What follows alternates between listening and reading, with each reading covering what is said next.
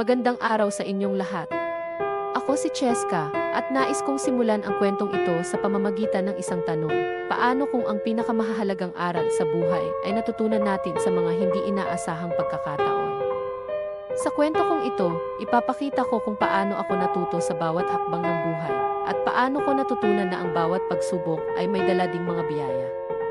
Sana ay magbigay ito ng bagong pananaw sa inyo sa inyong sariling buhay.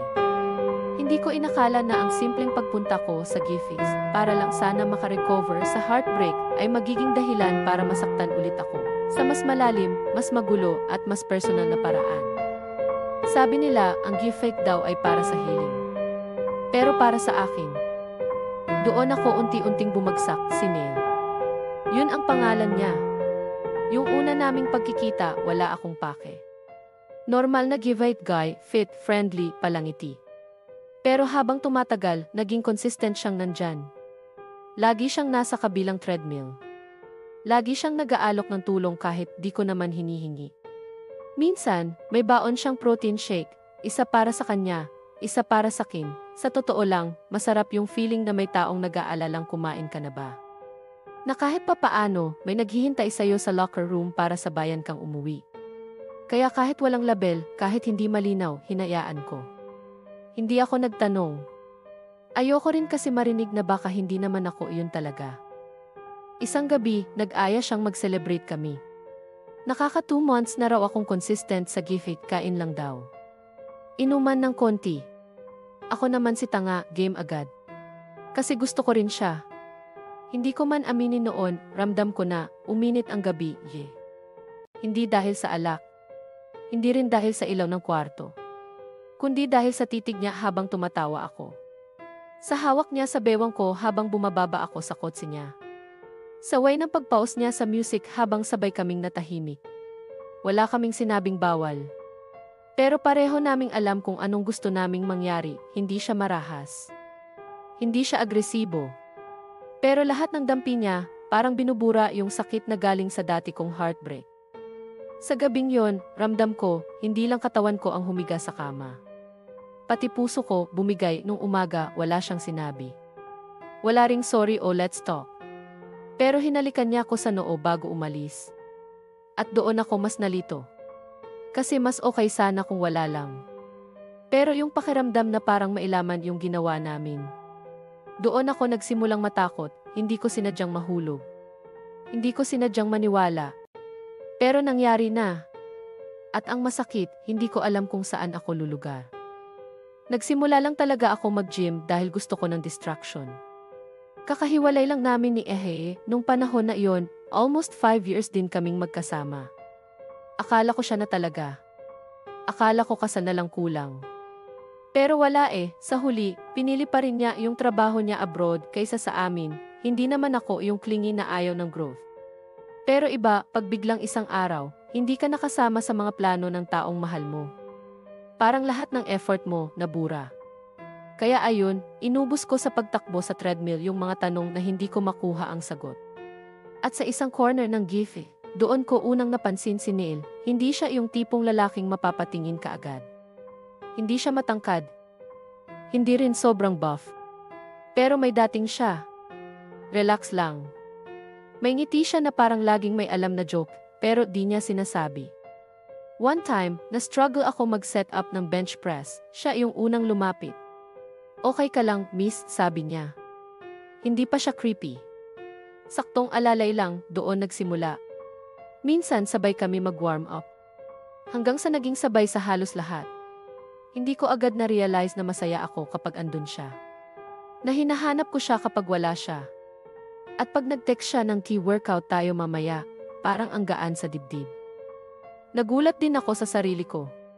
Kasi after ni Ehe, akala ko sarado na ko sa kahit anong klaseng connection. Pero kay Neil, hindi ko kailangan maging ibang tao. Hindi ko kailangan magpanggap na okay. Hindi ko rin kailangang magkwento, minsan, titigan lang namin ang isa't isa habang nag-stretching, sapat na. May tension. Pero hindi bastos. Parang pareho kaming aware pero walang gustong umamin, tumatakbo ang mga araw, tapos linggo, tapos buwan. Hanggang sa napansin ko, hindi na ako nagbabayad ng Grab pa uwi, kasi lagi niya akong inihahatid. Hindi na ako nag-order ng post-workout snack kasi lagi siyang may baon para sa min. At minsan, kahit wala akong gana, pumupunta ako sa giving hindi para magbuhat. Kundi para lang makita siya, akala ko workout lang. Akala ko pampalipas oras. Pero unti-unti, naging parte na siya ng routine ko. At yung pinakadelikado, naging parte na rin siya ng emotional space ko, yung parte na akala ko sarado na, kaya nung dumating yung gabing yon. Yung una naming gabi, hindi na ako nagulat. Dahil matagal ko na rin gustong mangyari. Ayoko lang aminin kasi baka kapag inamin ko, masaktan lang ulit ako. Akala ko kapag tapos na ang isang gabi, tapos na rin ang lahat ng tanong. Pero hindi pala. Mas marami pala silang dala pagkatapos. Lalo na kung yung gabi na iyon, hindi mo lang katawan ang binigay, kundi yung parte ng sarili mong akala mo matagal ng patay. 0, pagkatapos nung una naming gabi ni Neil, hindi na siya tulad ng dati. Mas maalaga siya. Hinahatid pa rin ako, pero ngayon may hawak na sa kamay. Tinutulungan pa rin niya akong mag-spot sa giving, pero iba na yung hawak. Mas matagal, mas mainit, mas sinasadya, pero kahit mailambing, wala pa ring label. Walang tayo, walang kami, walang kahit anong malinaw. Parang ang linaw-linaw ng katawan namin sa isa't isa, pero pagdating sa damdamin, malabo pa sa pawis sa salamin ng giving, at doon nagsimula yung gulo sa loob ko. Kasi masarap siya. Hindi ko yon identity. Sa tuwing magkadikit kami, parang automatic na may kuryente sa pagitan. Isang hawak niya lang sa bewang ko habang nag-squat ako, parang may humahaplos na apoy sa balat ko. Isang sulyap niya lang habang nag-aayos ako ng tali ng sapatos, parang buong araw ko nang bitbit yung kilig, pero bakit parang may kulang? Bakit kahit gaano siya katamis, pakiramdam ko parang may asukal siyang tinatago? Napansin ko na bihira siyang magkwento tungkol sa buhay niya. Lagi siyang nag-iba ng topic kapag tinatanong ko kung saan siya umuwi. Lagi raw pagod, lagi raw busy, pero never ko pa siya nakita na may kausap sa phone kapag magkasama kami.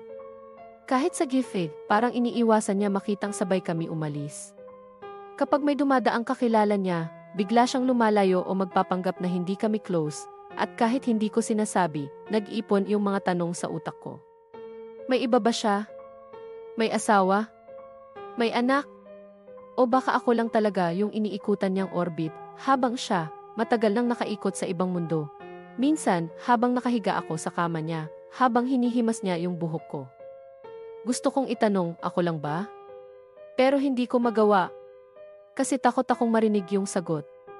Takot akong mawala yung init na kinakapitan ko, kahit pa alam kong hindi ito totoo, masarap nga siya. Masarap yung mga gabi namin.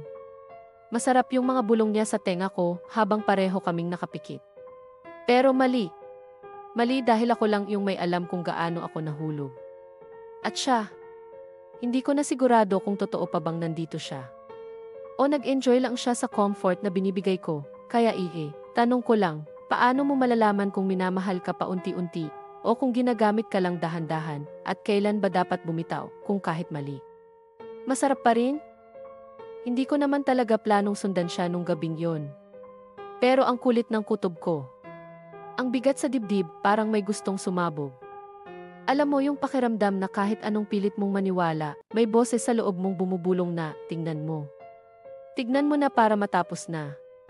Late na nung natapos kami sa gifit, sabi niya, may dadaanan lang siya saglit, hindi na raw kami sabay uwi. May aasikasuhin lang ako, babe, bulong pa niya sa akin, sabay halik sa noo ko. Bebe.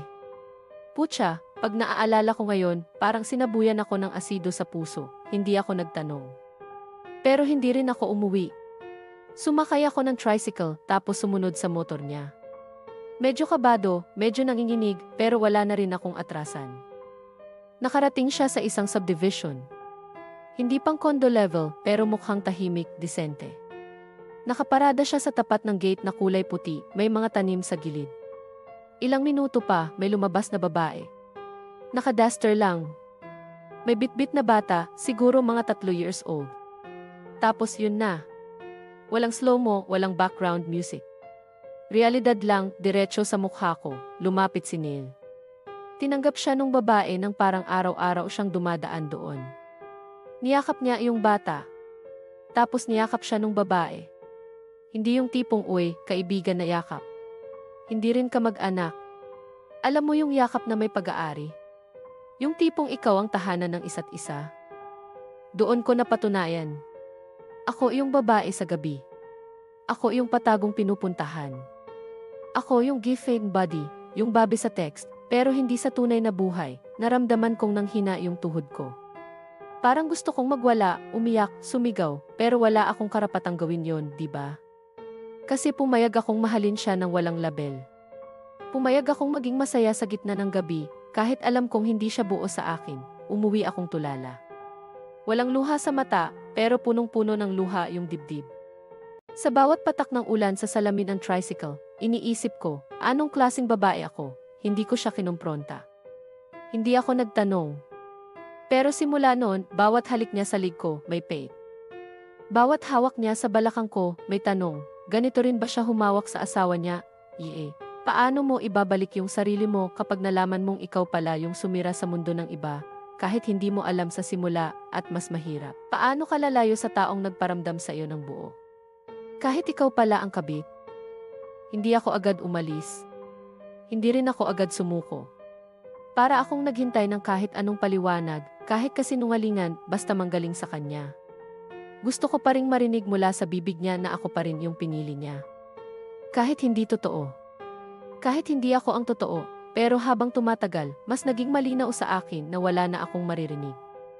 Dahil ako mismo, hindi na rin alam kung anong gusto kong marinig. Minsan, habang nakahiga kami, habang yung kamay niya nakapulupot sa baywang ko at ang hininga niya mainit pa sa batok ko, naiisip ko, ako ba ang salbahe? Ako ba ang sumira sa isang tahanan? Ako ba ang babaeng pinagbabawal sa mga kwento ng iba? Pero kasabay ng guilt, nandun din yung alaala ng mga gabi na ako lang yung pinapakinggan niya. Ako lang yung inaakap niya habang umiiyak siya sa pagod. Ako lang yung kinukwentuhan niya ng pangarap niya. Ako lang yung tinawag niyang pahinga. Kaya ang hirap itapon lahat. Dahil kahit alam mong mali, minsan yung mali pa yung mas marunong magmahal. At minsan, ikaw pa mismo ang pumapayag na saktan ka, basta huwag ka lang iwan. Naglalaban sa utak ko kung siya ba talaga yung masama. O ako yung nagpabulag sa sarili. Hindi ko alam kung minahal ko ba talaga siya, o minahal ko lang yung atensyon. Yung feeling na gusto ka. Yung init sa katawan na sinabayan ng init ng loob. Kasi aminin natin, minsan yung comfort, hindi mo alam kung pagmamahal ba yun, o takot lang na mag-isa ka ulit. Minsan, kahit pa sinasabi mong tapos na, pag tumunog ang phone at pangalan niya yung lumabas. Lumalambot pa rin yung tuhod mo. Bumabalik lahat ng gabi. Lahat ng ungol. Lahat ng halik na may kasamang bulong na ikaw lang. Pero alam mo naman, hindi ikaw lang at ako. Ako yung pumiling magstay. Ako yung hindi agad dumalikod kahit nakita ko na yung buong katotohanan. Kaya ngayon, hindi ko alam kung biktima ba ako. O kasabwat, sa kwento namin, hindi ko na alam kung sino talaga ang salbahe. Pwede bang parehong may kasalanan, pero parehong sugatan din?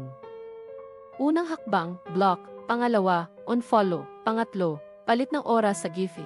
Kahit pa ibig sabihin noon ay kailangan kong gumising ng alas 5 para lang makaiwas sa kanya. Pero kahit ilang hakbang papalayo. Bakit parang naririnig ko pa rin boses niya? Bakit kahit anong layo ang gawin ko, hindi pa rin sapat? Good morning, text niya. Musta workout mo? Kumain ka na? Ganyan siya, parang wala siyang kasalanan. Parang hindi niya ako ginawang pangalawa, at mas nakakainis, yung parte sa akin na umaasang totoo pa rin yung pag-aalala niya. Met someone new, si Jomel, isang trainer din mabait. Tahimik. Genuinely single, walang sabit, walang tinatagong gate na binubuksan ng ibang babae. Nagkayayaan kaming magkape after ng training. Tinanong niya ako tungkol sa goals ko, sa fitness, sa buhay. Hindi niya ako tinanong kung saan ako mahaplos para kiligin, at safe siya. Mapanatag kasama. Pero hindi ko alam kung bakit parang may parteng kulang. Habang nakaupo ako sa harap niya, habang kinukwento niya ang plano niyang magtayo ng sariling fitness studio, naiisip ko pa rin si Neil. Hindi ko gusto. Ayoko. Pero naroon pa rin, anino niya, minsan tulog na ako. Tapos mananaginip ako na hinahawakan niya ulit yung kamay ko habang pawisan kami sa loob ng kotse niya. Ibang klaseng kilig. Ibang init, pero paggising ko, guilt. Walang halik, walang lambing, kundi yung bigat ng pagiging hindi pa rin buo. Gusto kong bumangon at sabihin sa salamin, okay ka na, Cheska. Pero hindi pa hindi pa ako buo. Hindi pa ako handang ibigay yung buong sarili ko sa taong handa namang sumalo, kasi si Neil. Kahit hindi siya handa, siya pa rin yung hawak ng puso ko. Sinubukan ko na talagang lumikha ng layo. Pero paano ka lalayo sa taong kahit wala na sa tabi mo, nasa loob mo pa rin, sa bawat sulok ng alaala ko. Siya pa rin yung may pawis na yakap, yung bulong sa tenga, yung titig na parang ako lang ang babae sa mundo, kahit hindi naman talaga ako yon.